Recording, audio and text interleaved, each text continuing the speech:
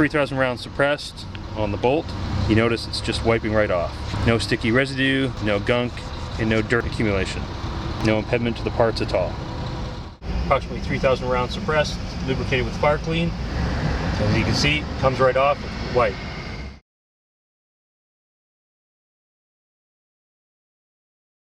3,000 rounds on the bolt carrier. Was originally lubed with FIREClean. Now with a dry patch, it'll be wiped off. Notice it's wiping right off with the patch, and a dry patch at that. Shot 3,000 rounds suppressed, no oil on the paper towel or in the receiver. And yet, it just wipes right out. And you can see how much carbon is on the paper towel